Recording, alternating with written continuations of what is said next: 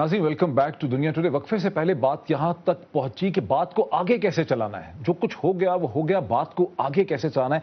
किताब, मेरा आपसे सेंट्रल क्वेश्चन ये आपकी तरफ मैं आता हूं कि देखें, अगर पाकिस्तान कोर इशू में, जैसे आपने वक्फे से पहले कहा, कश्मीर पे इंसिस्ट करता रहे जैसा करता रहा है, हिंदुस्तान अगर अब मुंबई ही पे इंसिस्ट करता रहे, तो ये बातचीत आगे चलेगी कैसे? हम इससे आगे कैसे निकलेंगे? जब मोहित प्राइम मिनिस्टर्स मिले थे थिम्पू में सार्क समिट के दौरान, तो एक चीज बहुत साफ निकल के आई थी कि डायलॉग के बगैर इंडिया पाकिस्तान रिलेशंस बेटर नहीं हो सकते। हम तो ये कह रहे हैं, डायलॉग को आगे चलाएं, सिंगल पॉइंट एजेंडा ना बनाएं डायलॉग को। सिंगल पॉइंट एजेंडा ये है इंडिया और पाकिस्तान दोनों मुल्कों का कि एटलीस्ट बातचीत चलती रहे, और बातचीत के मुद्दे जो भी हैं, इंडिया इस बारी ओपन माइंड के साथ आई, जो भी हैं उन सबको चार्ट आउट कर ले। इस बारी मोहित, बड़े इंटरेस्टिंगली दोनों मुल्कों ने कोई नाम नहीं दिया है, क्योंकि कॉम्पोजिट डायलॉग के फ्रेमवर्क से जो हम लोग निकल के आए हैं बड़ी ही मुश्किल से, और वो भी आप लोगों की इंसिस्टेंस है, वो भी आपकी साइड की इंसिस्टेंस है कि कॉम्पोजिट डायलॉग ना रखें इसका नाम। इसलिए क्योंकि मुंबई अटैक्स के बाद भारत ने ये बोला था कि कॉम्पोजिट डायलॉग शुरू नहीं होगा जब तक पाकिस्तान कुछ करे ना, bringing the perpetrators of 26/11 to book. अब आहिस्ते आहिस्ते ये देख रहे हैं कि जब तक डायलॉग आगे नहीं बढ़ेगी तब तक पाकिस्तान और इंडिया में एटलीस्ट इंडियन पोजीशन ये है कि डायलॉग को आगे चलाने के लिए जरूरी है कि आप उसको कॉम्पोजिट डायलॉग का नाम ना दें। नाम नहीं दिया है, लेकिन थोड़ा सा लेट्स मूव फॉरवर्ड। कहीं ये ऐसा तो नहीं है कि पाकिस्तान की अपनी पोजीशन, हिंदुस्तान की अपनी पोजीशन पोस्चरिंग्स हैं? हिंदुस्तान का बंबई पे स्टैंड लेना, पाकिस्तान का कश्मीर का बार बार कहना, ये पोस्चरिंग है। दर हकीकत दोनों साइड जो हैं अपनी इन रिस्पेक्टिव पोजीशंस के अंदर से रास्ता निकालने की कोशिश कर रहे हैं। ये पोजीशंस उन्होंने रखी नहीं है, ये बार्गेनिंग पोजीशंस हैं, लेकिन actually India and Pakistan Islamabad में कोई रास्ता निकालने की कोशिश कर रहे हैं। कोशिश तो कर रहे हैं Mohit. There are issues that they are going to discuss so that, और इस टॉक्स में आप बहुत बड़ा ब्रेक थ्रू नहीं देखने वाले हैं। इस टॉक्स में आप देखेंगे डूएबल्स, सीबीएम्स, बहुत छोटे लेवल में सीबीएम्स के अनाउंसमेंट्स होंगे, चाहे वो ट्रेड रिलेटेड हो, चाहे वो making the border irrelevant, people to people contact जो पहले भी हुए थे, confidence building peoples to peoples contact की सबसे बड़ी मिसाल मैं हूं। मेरा बाप दादा वहां थे, मेरे कश्मीर की कब्रें वहां थी, ठीक है। दोनों तरफ से एजेंसियां उन लोगों को क्लियर कर रही थी जो इन्फ्लुएंस एजेंट थे। मैं अपनी तरफ से भी कह रहा हूं, मैं सिर्फ आप इंडिया को नहीं कह रहा। पीपल्स टू पीपल्स कांटेक्ट का इतना शोर मचाया गया कि बस चल रही है। मैं एक जेन्युइन कश्मीरी था जो पैदाइश से लेके मैं अपने घर नहीं गया, अपने बुजुर्गों को नहीं देखा, और इंडियन फॉरेन ऑफिस ने प्रेस कॉन्फ्रेंस करके कहा कि no, this man is not allowed. क्यों दीपक? ये दीपक को पता है ये केस को मामूली केस नहीं है। ये दीपक तो आपको इंटरव्यू भी कर चुका है इंडिया में। इंटरव्यू करना एक अलग बात है। जब तक आप जेन्युइन लोगों को देखें, एजेंसियां क्लियर कर देंगे। इतना लंबा प्रोसीजर है कि जिस बीमार मां को देखने के लिए जाफरी साहब गए बड़ी मुश्किल से, शमीम साहब, वो मां ही वहां नहीं थी। जनाब, आप तो इतनी बड़ी बात कर रहे हैं कि आप कश्मीर के अंदर जाना चाहते थे। एक सहाफी जो हैं वो इस्लामाबाद आना चाहती थी, मैं उनका नाम नहीं लूंगा, उनको वीजा डिनाई कर दिया गया। मैं भी ऐसे कई सहाफियों का देता हूं, ऑफिशियल डेलीगेशन, वो ऑफिशियल डेलीगेशन के पास।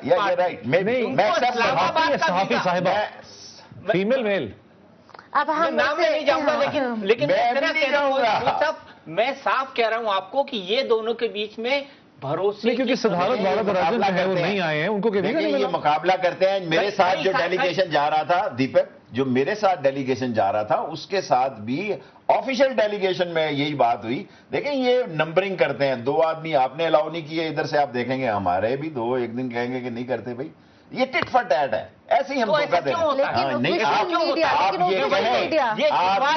हम तो नाम ले रहे हैं। आपने साले जफर के साथ ये किया, यहाँ मेरे साथ डेलीगेशन में शामिल था, वो ऑफिशियल डेलीगेशन, उसको नहीं जाने दिया जी इन्होंने। सिद्धार्थ वारादराजन का अगर ये इशू है कि उनको वीजा नहीं मिला है, नहीं, उनका नहीं, बिल्कुल भी नहीं, उनका नहीं, सिद्धार्थ का नहीं है ना, वो तो he was not well, because Siddharth तो एक इंतहाई मॉडरेट लिबरल है। वीजा किसको नहीं मिला है?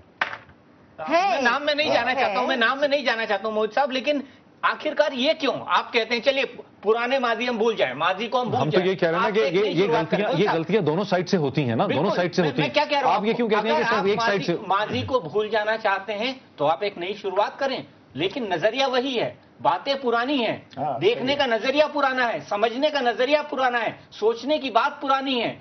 बातों को रखने का स्टाइल वही है। तो शेख राशिद साहब आगे आप कैसे बढ़ेंगे? मैं तो आपसे भी हाथ जोड़ के विनती करता हूं, मोहित साहब आपसे भी करता हूं। हम तो कह रहे हैं कि स्टार्ट करें, नया शुरू करें। हम तो कह रहे हैं कि ब्रॉड डिस्कशन करें, ओपन डिस्कशन करें, सब चीजों पे डिस्कशन करें। सारे नखरे सह के आपको इस पे सारे नखरे आपके शुरुआत नहीं, शुरुआत देखिए ना, मैं आपको देखेंगे, देखिए ना, देखिए ना, अगर आप बैगेज में तो कश्मीर भी है ना, बैगेज में तो अगर आप ये समझते हैं, 1.5 साल पुराना वाकया है 26/11 निकले लोग कराची से, बस आपकी सुई में फंसी हुई है। नहीं, मैं सुई की फंसने की बात नहीं कर रहा हूं। अगर इतना बड़ा पाकिस्तान को ये कहना चाहिए कि जब तक सियाचिन से इंडियन की एग्रेशन फोर्सेस वापस नहीं जाती तो हम क्या, हम नहीं कहते। नहीं, फिर तो हमको ये कहना चाहिए, हम नहीं ये कहते ना, हम ये नहीं कहते। जब तक पाक ऑक्यूपाइड कश्मीर भारत को न मिल जाए तो भारत को ये कहना चाहिए, जब तक पाक ऑक्यूपाइड वहीं पर है दीपक साहब, ऐसे ही हम लोगों को धोखा दे रहे हैं। बिल आखिर सोचों में कोई तब्दीली नहीं आ रही। दीपक, हम तो यही कह रहे हैं कि अगर पाकिस्तान, देखें, Indian foreign office through out 90s ये कहता था कि कश्मीर को थोड़ी देर के लिए साइड पर रख दें, इस मसले को हम देर से रिजॉल्व कर लेंगे। अगर आप टेररिज्म को थोड़ी देर के लिए अलग करते हैं, मुंबई को थोड़ी देर के लिए अलग कर दें, बाकी साथ ही रखें उसको साइड पे, लेकिन उसको सेंट्रल, देखिए, उसको सेंट्रल कोर इशू तो ना बनाएं। हम तो ये आपको कहते हैं, सॉरी गीता, मैं सिर्फ ये कहना चाह रहा हूं, लेकिन उसके बावजूद, इन जख्मों के बावजूद भी भारत पाकिस्तान के साथ बात कर रहा है। क्या ये कम एहसान तो नहीं कर रहा? देखिए ना, बात कर रहा है जो पाकिस्तान की, तो कोई एहसान की बात नहीं।